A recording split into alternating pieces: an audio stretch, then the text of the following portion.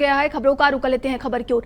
UP समेत देश भर में छठवें चरण का मतदान संपन्न हो गया है। दिल्ली की 7 लोकसभा सीटों पर अगर कल की मतदान की बात की जाए तो यहां पर 54% यहां पर मतदान हुआ है। और बता दें कि यूपी में 14 लोकसभा सीटों पर कल मतदान संपन्न हो गया। यूपी में 54.20% यहां पर मतदान हुआ है। और इन 14 लोकसभा सीटों की अगर हम बात करते हैं तो देखिए, अंबेडकर नगर में सबसे ज्यादा मतदान हुआ, 61.54% मतदान हुआ है कल। सुल्तानपुर की बात की जाए तो यहां पर 55.50% मतदान हुआ है। वहीं प्रतापगढ़ लोकसभा सीट पर 51.60% मतदान हुआ। फूलपुर लोकसभा सीट की अगर हम बात करते हैं तो यहां पर 48.94% यहां पर मतदान हुआ है कल। इलाहाबाद लोकसभा सीट की अगर हम बात करें तो यहां पर 51.75% मतदान हुआ है। वहीं श्रावस्ती की बात की जाए तो यहां पर 52.76% मतदान हुआ है। डुमरियागंज में 51.94% मतदान हुआ है। बस्ती लोकसभा सीट की अगर हम बात करते हैं तो यहां पर 56.67% मतदान हुआ है। वहीं संत कबीरनगर लोकसभा सीट पर 52.63% मतदान हुआ है। और लालगंज लोकसभा सीट पर देखिए 54.14% मतदान हुआ है। आजमगढ़ लोकसभा सीट पर 56 यहाँ पर फीसदी मतदान हुआ है। और बता दें कि मछली शहर लोकसभा सीट की अगर हम बात करें तो यहाँ पर 54.43% यहाँ पर मतदान हुआ है। वहीं भदोही में 53.07% यहाँ पर मतदान हुआ है।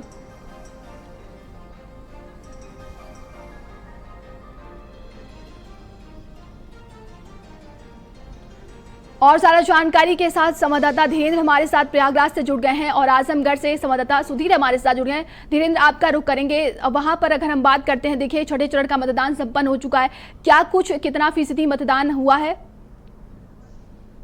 देखिए, अगर हम प्रयागराज की बात करते हैं तो यहाँ पर 2 लोकसभा सीट है, एक फूलपुर और दूसरे इलाहाबाद संसदीय सीट। अगर हम फूलपुर की बात करते हैं तो जो मतदान प्रतिशत का आंकड़ा है वो 50 पार नहीं कर पाया है। वहीं पे इलाहाबाद की अगर हम बात करते हैं तो 51 कुछ मतदान यहाँ पर हुआ है। लेकिन जिस तरीके से शुरुआती दौर में 7 बजे से ही मतदान शुरू हो गया था, अगर हम फूलपुर की बात करते हैं तो फूलपुर में बेहद सुस्त मतदान हुआ है। मतदाता अपने घरों से नहीं निकल रहे हैं, जबकि 2 ऐसे विधानसभा क्षेत्र हैं जो शहरी इलाके में हैं, चाहे वो शहर उत्तरी हो चाहे पश्चिमी हो, जिसमें प्रबुद्धशाली वर्ग के लोग रहते हैं, पढ़े लिखे लोग रहते हैं। लेकिन अगर मतदान प्रतिशत की बात करें तो बेहद कम रहा है।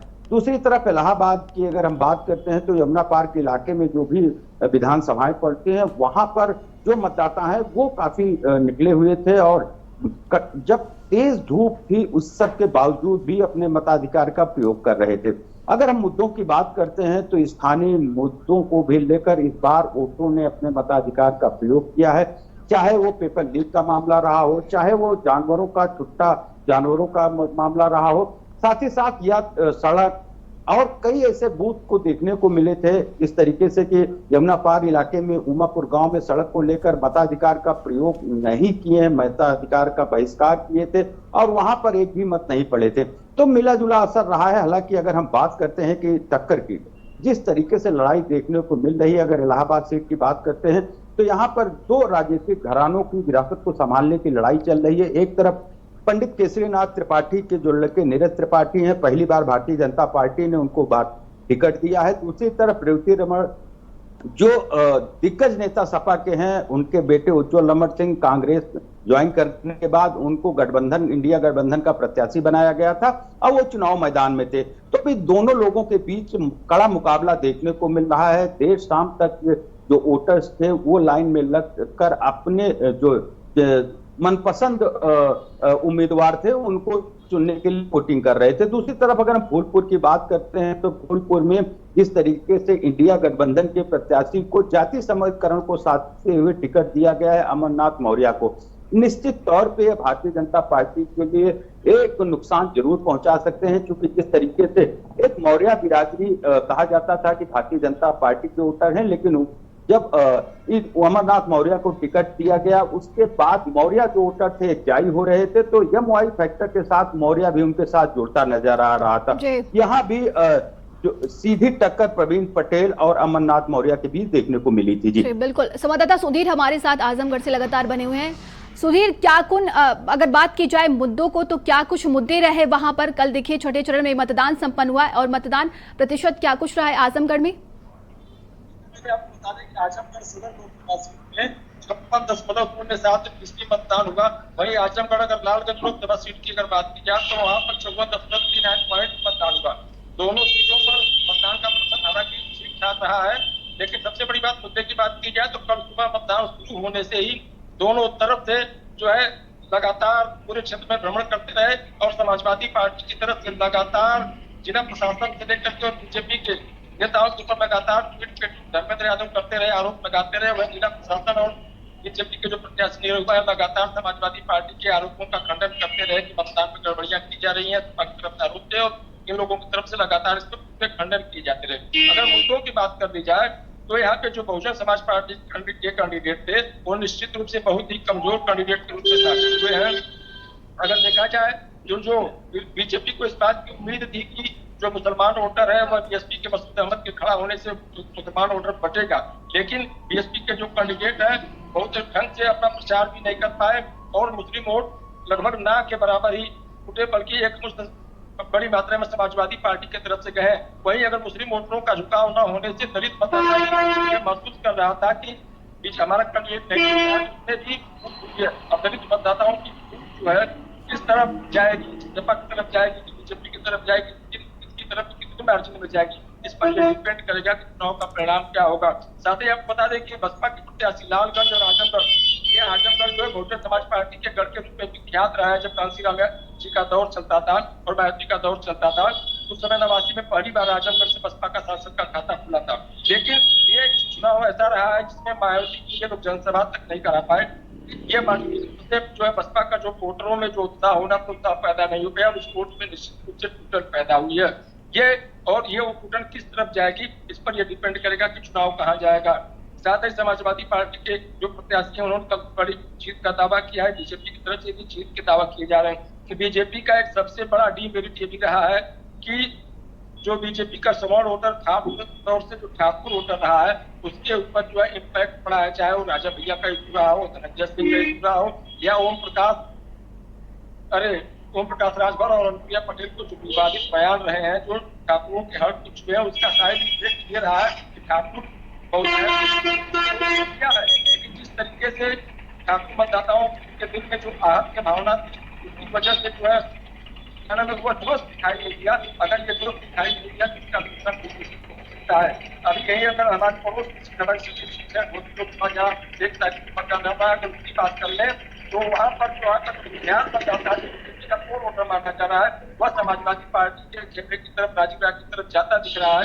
इसका नुकसान बीजेपी होगा। वही ठाकुर मतदाता जो है लगे हुए हैं और ये ओम प्रकाश राजभर के बेटे वहां कैंडिडेट हैं, इसलिए ओम प्रकाश राजभर के प्रति ठाकुर मतदाताओं की नाराजगी है और इसका असर पूरे पूर्वांचल की लगभग सारी चीजों पर पड़ रहा है। और सबसे बड़ी बात यह ओम प्रकाश राजभर से लेकर के और अनुप्रिया पटेल के जो विवादित बयान रहे हैं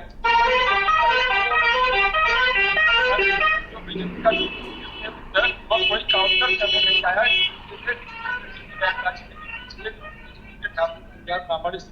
वोटर है तो निश्चित रूप से उनके अंदर आहत की भावना आई है और यह बीजेपी का नुकसान होगा। जी बिल्कुल।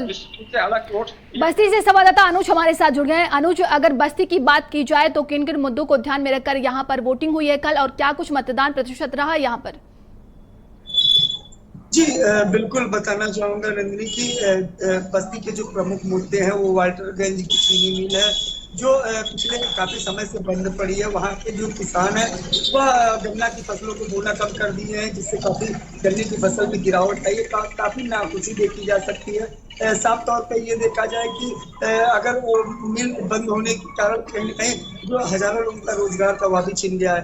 आपको बता दूं कि पिछली बार जो परसेंटेज था उस बार से इस बार 56% समथिंग 56.65% जो मतदान हुए हैं कहीं ना कहीं परसेंटेज गिरा। पिछली बार 57.16% मतदान हुए थे तो कहीं ना कहीं जो परसेंटेज में गिरावट हुई वो कहीं ना कहीं बीजेपी के लिए चिंताजनक है क्योंकि जब भी यहाँ पे परसेंटेज बढ़ता है तो बीजेपी की राहें आसान होती है, लेकिन जब भी यहाँ पे परसेंटेज गिरते हैं तो बीजेपी के लिए राहें मुश्किल होती है। साफ तौर पर देखा जाता है कि जो मुस्लिम मतदाता हैं और जो अति पिछड़े मतदाता हैं वो काफी कुछ निर्णायक होते हैं। लेकिन जिस तरीके से कल देखा गया कि मुस्लिम महिलाएं, मुस्लिम परिवार के लोग बढ़ चढ़ के मतदान के लिए निकले और जिस तरीके से तपन थी, जिस तरीके से धूप थी, धूप के बावजूद भी मुस्लिम मतदाताओं का आना जाना नहीं रुका था, लेकिन वो लगातार वो मतदान कर रहे थे। दूसरी सबसे बड़ा मुद्दा है जो है वो है बाईपास की सड़क जो स्टेशन तक जाती है। वह सड़क जो है काफी समय से जर्जर है, आने जाने में लोगों को काफी असुविधाएं होती है। नगर पालिका क्षेत्र में होने के नगर पालिका क्षेत्र भी लगता है। आपको यह भी बता दूं कि पहले नगर पालिका के जो चेयरमैन थे वो समाजवादी से जीत के आए और भाजपा में अब मर्ज हो चुके हैं, लेकिन उन सड़कों का विकास नहीं हुआ है, उससे काफी विरोध देखा गया है। तीसरा सबसे बड़ा जो है वो राजनीतिक पार्टियों का बयान रहा, जिसमें ओपी राजभर हुए, अनुप्रिया पटेल हुए और पुरुषोत्तम रूपाला। इन बयानों को लेके क्षत्रिय समाज के लोग काफी आहत दिखे, जिनका जो साफ तौर पे भाजपा के अगेंस्ट बोलते हुए भी नजर आए हैं। उनके जो संगठन के लोग हैं वह भी लोगों से अपील भी किए थे कि इस तरीके से अगर बयानबाजी होती है तो ऐसे नेताओं का बहिष्कार करना चाहिए। तो कहीं ना कहीं यहाँ पे समाजवादी और बीजेपी की लड़ाई देखी जा रही है। लेकिन अगर पलड़ा भारी होने की बात की जाए तो यहाँ समाजवादी के पलड़े को भारी, समाजवादी के प्रत्याशी के खेमे में ज्यादा वो झुकाव देखा जा सकता है, ये कहा जा सकता है। क्योंकि बस्ती में जो वोटर हैं वो वोटरों की अगर हम बात कर लें तो वोटरों की संख्या जो 19 लाख के ऊपर है वो वोटर कहीं ना कहीं इसमें 10 लाख के ऊपर पुरुष मतदाता और 8 लाख के ऊपर महिला मतदाता है। बिल्कुल वोटों की जो संख्या, क्योंकि जो तादादें निकल के आती हैं जो मतदान केंद्रों पे आती है उनके पास मुद्दे होते हैं। युवाओं ने साफ कह दिया कि जिस तरीके से पेपर लीक में लगातार युवा जो है सड़कों पे दौड़ते परिश्रम करते हुए तैयारियां कर रहे थे, और जब पेपर लीक होता है, कोई भी पेपर जब लीक होता है तो उससे जो छात्र होते हैं वो काफी आहत होते हैं। तो कहीं ना कहीं इन चीजों को लेके काफी कुछ रोज देखने को मिला। और अगर बात तो क्या लग रहा है, अगर बात की जाए बस्ती में, तो इस बार देखिए 4 जून को नतीजे आने वाले हैं, लेकिन किसका पलड़ा भारी दिख रहा है वहां पर अगर हम बात करते हैं तो? जी, अगर 4 जून की बात की जाए तो कहीं ना कहीं जिस तरीके से वोटरों में दलित मतदाताओं की हमने बात की, मुस्लिम मतदाताओं की बात की, तो समाजवादी का खेमा भारी पड़ता हुआ दिख रहा है। क्योंकि जब भी बस्ती में वोट परसेंटेज बढ़ता है तो बीजेपी के खेमे में जाता है। आपको यह भी बता दूं, बगल में राम मंदिर होने के कारण काफी कुछ यह देखा जा रहा था कि राम मंदिर के नाम पे मतदान होंगे और वह मतदान जो है बीजेपी के खेमे में जाएंगे, लेकिन उसका भी खासा असर होता नहीं दिखा। क्योंकि जिस तरीके से नेताओं की बयानबाजी आई उस तरीके से लोग काफी नाराज दिखे। जिस पेपर लीक युवाओं को रोजगार, और जो युवा है वो उनसे भी हमने बात की, उनका साफ तौर पे कहना था कि हमने लगातार दो बार हमने बीजेपी को वोट दिया और यह सोच के वोट दिया कि वैकेंसियां आएंगी, 3 लाख 4 लाख के करीब वैकेंसियां आएंगी जिसमें उनको मदद मिलेगी, उनको रोजगार मिलेगा, उनको नौकरी मिलेगी। लेकिन आज बीटेक पढ़ा हुआ बच्चा जो है वो चाय की दुकान खोल के चाय बेच रहा है। तो कहीं ना कहीं इन मुद्दों को लेके लोगों में काफी रोष है और बीजेपी और समाजवादी में लड़ाई दिख रही है। लेकिन खेमे की अगर बात करें तो इस वक्त समाजवादी का खेमा भारी पड़ता हुआ दिख रहा है। जी नंदिनी। जी बिल्कुल, और संवाददाता सुधीर हमारे साथ जुड़ गए हैं। सुधीर, कल छठे चरण में मतदान वहां पर संपन्न हुआ, कौन किस पर ज्यादा भारी पड़ता हुआ दिखाई दे रहा है?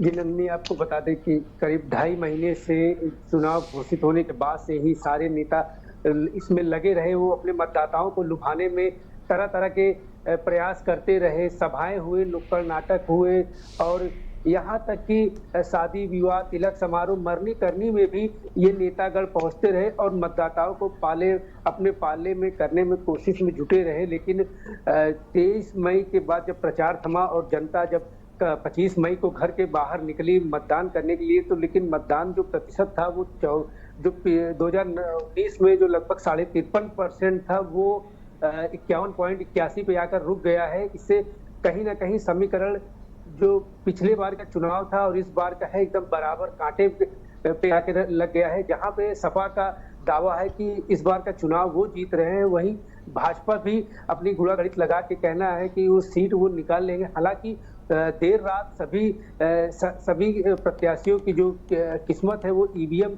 वो जमा हो गया है। 4 जून को ही ये सिलसिला में जब नामांकन प्रक्रिया चुनाव मतदान प्रक्रिया चालू होगी तो उसके बाद ही वो पता चलेगा कि कौन किसके पाले में जा रहा है। हालांकि जो सपा प्रत्याशी हैं, जो यहाँ पे भाजपा प्रत्याशी है, उनका ये कहना था कि ये बाहरी प्रत्याशी है, इसी को लेकर उन पर टारगेट किया जा रहा था। हालांकि उसके बाद राजा भैया और अनुप्रिया पटेल का बयान जब आने लगा तो यहाँ की जो सियासी समीकरण है वो बदलने लगा।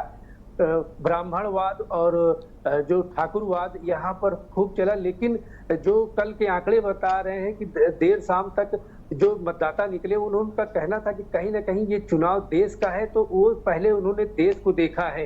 हालांकि समाजवादी पार्टी की तरफ से देखा जाए तो उनका कहना है कि इस बार जो भाजपा के प्रत्याशी हैं और जो भाजपा का पूरा बयान था और जो भाजपा के वादे हैं सब हवाई है, और कहीं ना कहीं इस बार प्रतापगढ़ से वो सपा की जो साइकिल है खूब दौड़ी है।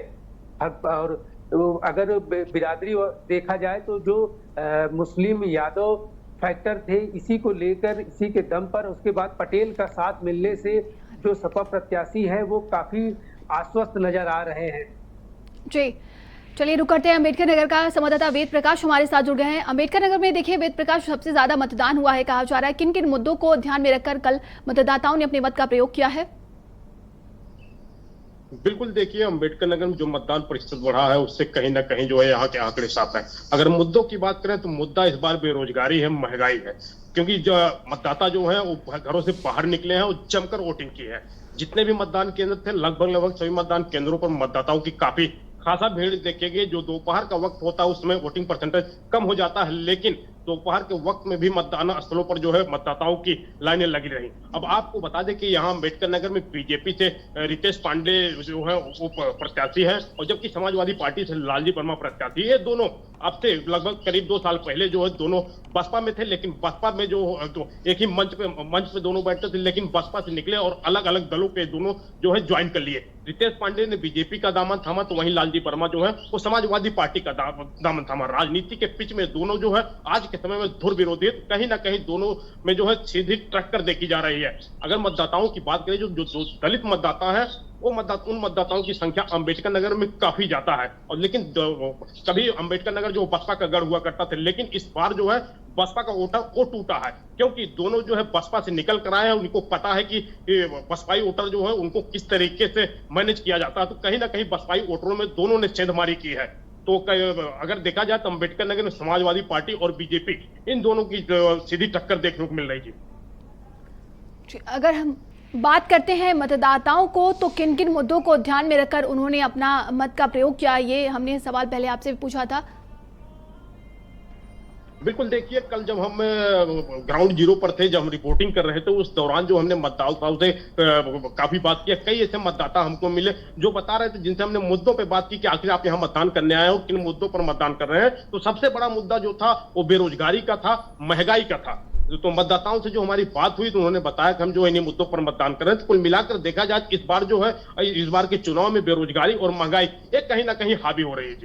जी कल की अगर हम बात करते हैं तो मतदाताओं की संख्या कितनी रही होगी? महिलाओं में क्या किस तरह का उत्साह देखने को मिला? पुरुषों की बात करते हैं तो उनमें किस तरह का उत्साह देखने को मिला था कल? बिल्कुल, अम्बेडकर नगर में जो है मतदाताओं का उत्साह अम्बेडकर नगर वोटिंग परसेंटेज बता रहा है, क्योंकि अम्बेडकर नगर जो उत्तर प्रदेश में 14 लोकसभा सीटों पर कल जो चुनाव हुआ है उसमें अम्बेडकर नगर एक ऐसा जिला है जहां पर जो है 100% से ज्यादा वोटिंग हुई है। तो जाहिर सी बात है कहीं ना कहीं अम्बेडकर नगर के मतदाताओं में जबरदस्त उत्साह था। अगर महिलाओं की बात करें तो महिलाएं मतदान स्थलों पर महिलाओं की संख्या जो है काफी ज्यादा थी, क्योंकि दोपहर के वक्त में जो है महिलाएं वो लगातार अपने घरों से निकल रही थी और मतदान स्थलों पर पहुंच रही थी। तो कहीं ना कहीं मतदाताओं में मतदान को लेकर जो है वो काफी उत्साह था। जी देखिए, कल कहा जा रहा था कि लालजी वर्मा के साथ पुलिस की कुछ झड़प भी हो गई थी। इस पूरे मामले को लेकर क्या कुछ हुआ था वहां पर? बिल्कुल नंदी, देखिए आपको बता दें, अगर लालजी वर्मा की बात करें तो लालजी वर्मा जो राजनीतिक के माहिर खिलाड़ी हैं, आरोप था कि लालजी वर्मा के जो एक खास है लवकुश वर्मा, उनके पास जो है मतदान के एक दिन पहले जो उनके पास से बड़ी मात्रा में जो है रुपया पकड़ा गया था। तो उसके बाद पुलिस ने जो उनके घर पे पहरा बैठा दिया था कि मतदान में कहीं किसी तरीके की गड़बड़ी ना होने पाए।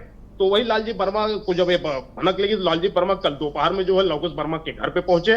वहां पे पुलिस पहले से मौजूद थी। जो लालजी वर्मा ने पुलिस से जानना चाहा कि आखिर आप यहाँ पे क्यों है, इन सब चीजों को लेकर जो है पुलिस से काफी बहस हुई। हालांकि वहां पे मौके पे पहुंचे एडिशनल एसपी और सीओ के सीओ के हस्तक्षेप के बाद जो है मामला शांत हो पाया। जी देखिए, अंबेडकर नगर को बीएसपी का गढ़ कहा जाता था और बीएसपी भी इस बार मैदान में है। क्या कुछ वहां पर नजर आ रहा है बीएसपी के लिए अगर हम बात करते हैं तो? बिल्कुल, आपने बड़ा अच्छा सवाल किया कि अंबेडकर नगर में जो है ज्यादातर कब्जा जो है वो बसपा की रहा, चाहे मायावती रही हो या फिर रामचंद्र राजभर या फिर लालजी वर्मा। ऐसे कई नेता हैं यहाँ पे जो यहाँ से राजनीति की शुरुआत की। मायावती जो है यहाँ से कई बार सांसद बनी, लेकिन इस बार जो है कहीं ना कहीं बसपा के वोटों में सेंध मारी हुई है। पिछले 2 चुनाव से अंबेडकर हम आपको बता दें, पिछले 2 चुनाव से कहीं ना कहीं अंबेडकर नगर में जो बसपा की मजबूत पकड़ थी वो जो है धीमे कमजोर होती नजर आ रही है, क्योंकि इस बार का ही जो चुनाव है समाजवादी पार्टी और बीजेपी के बीच में हो गया। कहीं ना कहीं बसपा जो है पूरी तरीके से मैदान से गायब हो गई, क्योंकि बसपा के जो कोर वोटर है वो कहीं ना कहीं टूटे हैं। समाजवादी पार्टी में भी गए हैं और बीजेपी में गए हैं, तो कहीं ना कहीं बसपा के वोटरों में जबरदस्त सेंध मारी हुई है। जी, तमाम जानकारी के लिए बहुत बहुत धन्यवाद आपका। और खबरों में अभी के लिए बस इतना ही। देश और दुनिया की